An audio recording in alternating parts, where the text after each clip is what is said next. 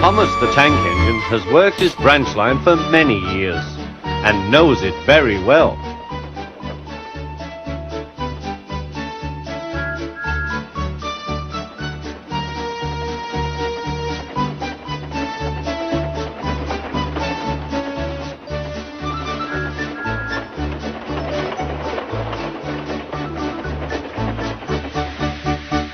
You know just where to stop, Thomas, laughed his driver.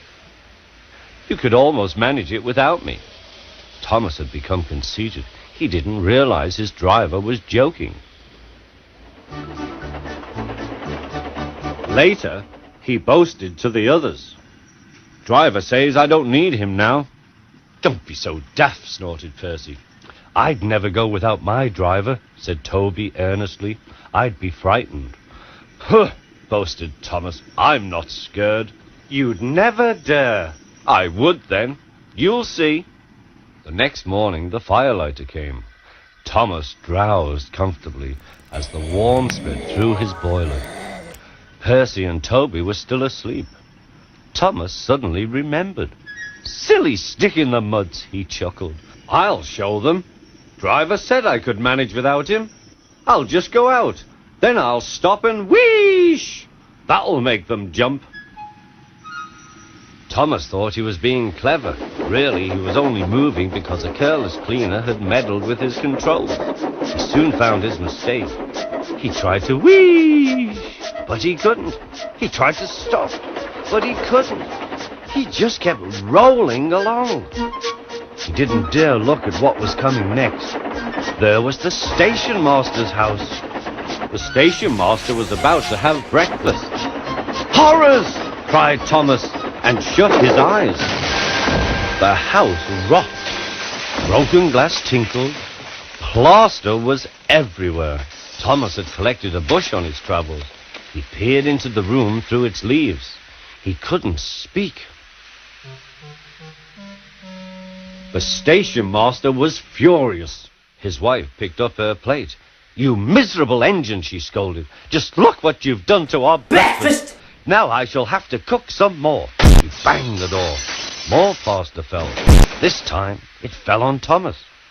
Thomas felt depressed. Workmen propped up the house with strong poles and laid rails through the garden. Meanwhile, Donald and Douglas arrived.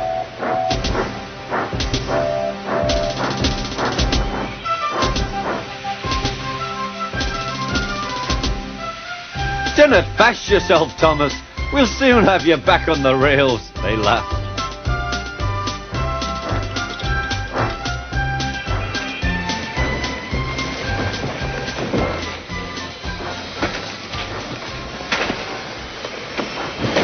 Donald and Douglas, puffing hard, managed to haul Thomas back to safety.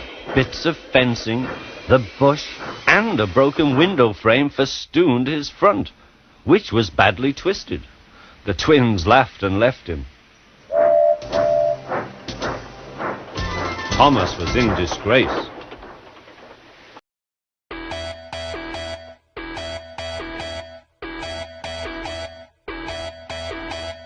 Eins, zwei, Polizei, 3, 4, Grenadier, 5, 6, alte Keks, 7, 8, gute Nacht. 1, 2, Polizei, 3, 4, Grenadier, 5, 6, alte Keks, 7, 8, gute Nacht. 1, 2, Polizei, 3, 4, Grenadier, 5, 6, alte Keks, 7, 8, gute Nacht.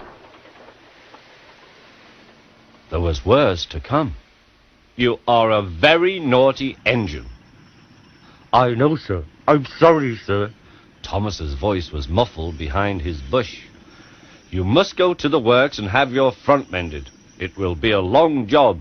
Yes, sir. Meanwhile, a diesel rail car will do your work. The diesel, sir? Thomas spluttered. Yes, Thomas.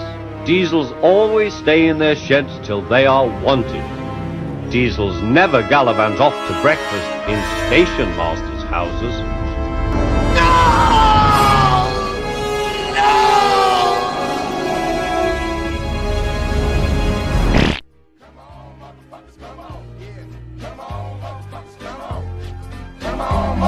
Come on.